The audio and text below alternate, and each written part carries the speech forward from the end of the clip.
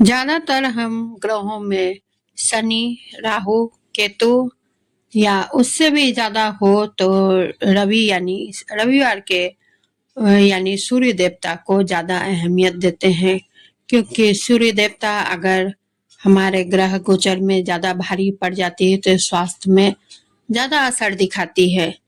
शनि हमें मतलब कि एक्सीडेंट, मृत्यु, ये सब भी योग दिखाता है। राहु केतु का क्या कहने, वो तो भीख भी मंगा सकता है, कुछ भी। लेकिन कोई भी बुध, बृहस्पति या शुक्र को अहमियत तो उतना नहीं देना चाहता या नहीं देता या नहीं जानता।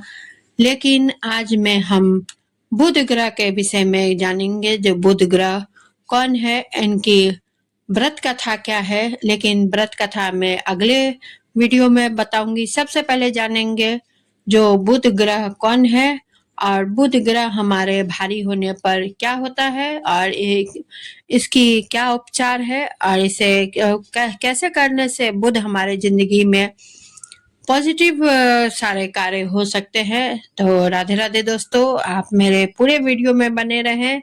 आज मैं आप सभी के लिए बुध ग्रह जो हमारे जीवन में बहुत ही जरूरी और प्राथमिकता भी रखते हैं, ऐसे शनि ग्रह को सभी प्राथमिकता देते हैं। एक्चुअल में बुध ग्रह भी हमारे जीवन के ऐसे ग्रह हैं जैसे कि घर में एक छोटे बच्चे का होना बहुत जरूरी होता है, जिससे समय का पास होना। और घर में अगर कोई नकारात्मक भी रहती है तो एक बच्चे के रहने से जैसे कि घर में सारा पूरा घर सकारात्मक में बदल जाती है, उसी तरह हमारा बुध ग्रह भी है। अगर आप बुध ग्रह, बृहस्पति, शुक्र इस तरह को संभाल के रखे तो आपका पूरा गृहस्थ मतलब ये आपको हो जाएगा, पॉजिटिव में बदल जाएगा। और आज जानते हैं जो बुध ग्रह कौन है, इनके पिता कौन है यानी इनके जनक कौन है। ऐसे इनके जनक में दुविधा मानी गई है, लेकिन इसके विषय में आगे हम जानते हैं। इसके लिए आप सभी को पूरा वीडियो में बने रहना होगा। और बुध ग्रह कैसे हमारे जीवन में क्या प्रभाव डालता है और इनका क्या मंत्र है, इनकी कैसी आराधना करनी चाहिए, आइए जानते हैं। बुध ग्रह इस नाम के खगोलीय ग्रह के लिए भारतीय ज्योतिष शास्त्र में नियत एक ग्रह है। बुध चंद्र और बृहस्पति की पत्नी तारा के पुत्र कहलाते हैं। बुध को माल यानी व्यापारियों का स्वामी और रक्षक माना गया है। बुध हल्के स्वभाव से सुवक्ता और हरे वर्ण वाले कहलाते हैं। उन्हें कृपाण, फरसा और ढाल धारण किए हुए दिखाया जाता है और सवारी पंखों वाला सिंह बताते हैं।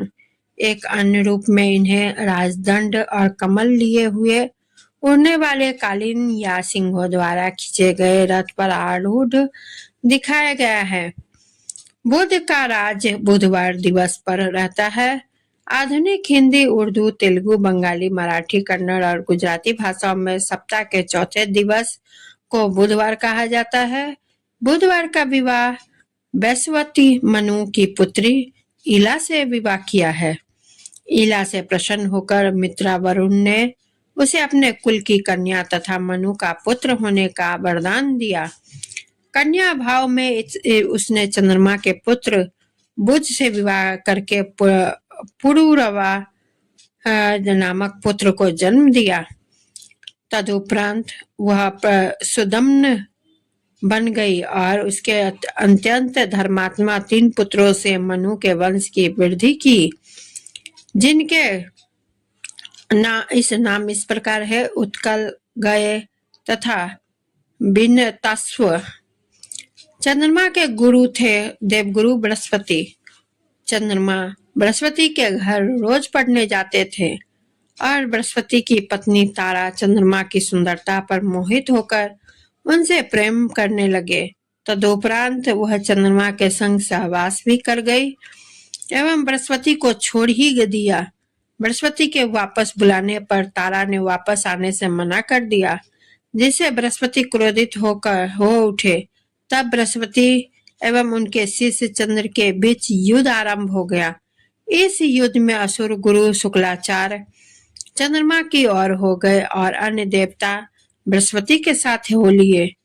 अब युद्ध बड़े स्तर पर होने लगा क्योंकि यह युद्ध तारा की कामना से हुआ था, अतः यह तारकामय कहलाया।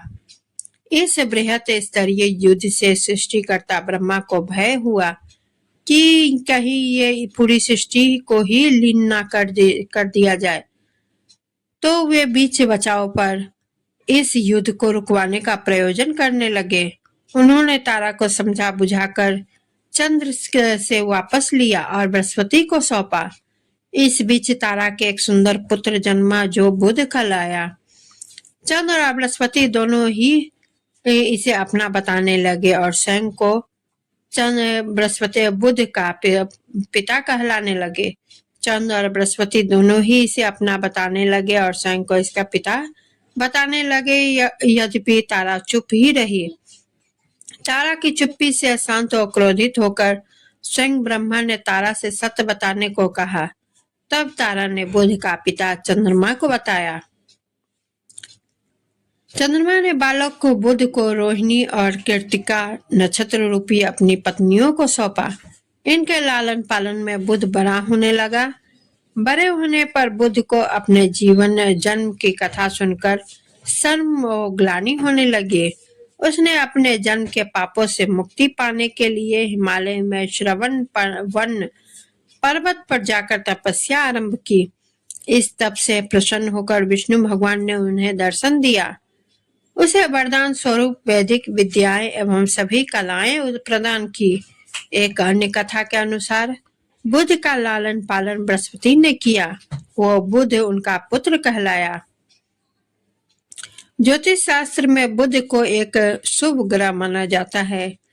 किसी हानिकारक या अशुभकारक ग्रह के संगम से यह हानिकारक भी हो सकता है। बुध मिथुन एवं कन्या राशियों का स्वामी है तथा कन्या राशि उच्च भाव में स्थित रहता है तथा मीन राशि में नीच भाव में रहता है।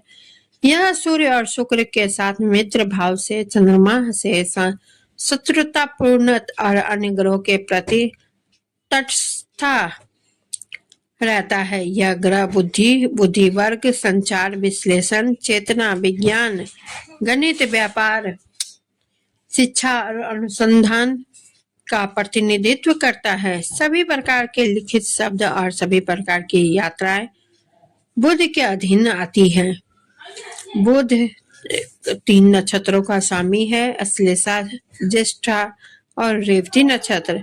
हरे रंग, धातु, पीतल और रत्नों में पन्ना बुध की प्रिय वस्तु है। इसके साथ जुड़ी दिशा उत्तर है और मौसम शरद ऋतु और तत्व पृथ्वी है। हिंदू धर्म में दान दक्षिणा का विशेष महत्व होता है। सप्ताह के हर वार और विशेष तिथियों पर दान करने की अलग ही मान्यता है। वहीं बुधवार का दिन भगवान श्री गणेश जी की पूजा आराधना से संबंधित होता है। इस दिन भगवान गणेश जी की पूजा और उपाय करने से शुभ फलों को प्राप्ति होती है। भगवान गणेश के साथ ही बुधवार का दिन माँ दुर्गा को भी समर्पित होता है। बुधवार के दिन विधि विधान से पूजा करने वाले व्यक्तियों को सभी मनोरथ पूर्ण होते हैं। शास्त्रों में बुधवार के दिन हरी चीजों का दान करने के महत्व के बारे में बताया गया है। इस दिन हरी वस्तुओं का दान करने से कुंडली में बुध ग्रह मजबूत होते हैं और नौकरी व्यवसाय में तरक्की मिलती है। बुधवार के दिन किन चीजों की दान करना चाहिए? कुंडली में बुध ग्रह अगर कमजोर हो, कार्य में सफलता हासिल नहीं हो रही हो, काम बिगड़ रहे हैं, अगर आपके साथ भी ऐसा हो रहा है तो बुधवार के दिन सुहागिन महिलाओं को हरी चूड़ियों का दान करें। आप 21 या 11 चूड़ियाँ सुहागिन महिलाओं को भेंट करें, भेंट में दे सकते हैं। इससे आपके सब अधूरे काम आपके पूर्ण हो सकते हैं। बुधवार के ग्रह के मंत्र इस प्रकार है। मंत्र बुध का बीज मंत्र है ओम ब्रांग ब्रिंग ब्रोंग सह बुद्धाय नमः। और इसे कैसे जाप करना है और कितने बार जाप करना है मैं आगे आपको बता रही हूँ। आप मेरे पूरी वीडियो में बने रहें। पहले जाने बुधवार के दिन महादेव से क्या संबंध है। हरी मूंग की दाल का बुधवार के दिन दान करना चाहिए।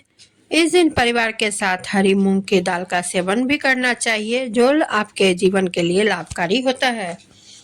ऐसा करने से कुंडली में बुध की स्थिति मजबूत होती है और भगवान गणेश व लक्ष्मी की भी कृपा बनी रहती है। आप किसी जरूरतमंद को, गरीब को हरी मूंग साबुत दाल तो देनी ही चाहिए। साथ ही इसी दिन शिवलिंग पर भी हरी मूंग अर्पित करें, उससे आपकी मनोकामना पूर्ण होगी।